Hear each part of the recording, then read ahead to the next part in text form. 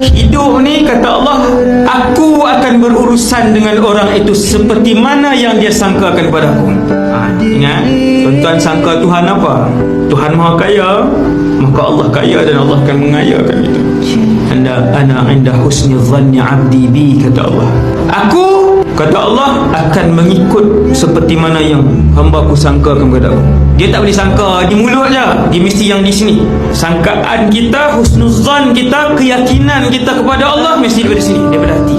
Allah akan berurusan dengan kita ikut kesangkaan dan keimanan dari hati kita. Tuan-tuan yakinlah Allah yang akan menyelesaikan masalah kita. Tuan-tuan yakinlah apa saja begitu Allah akan uruskan.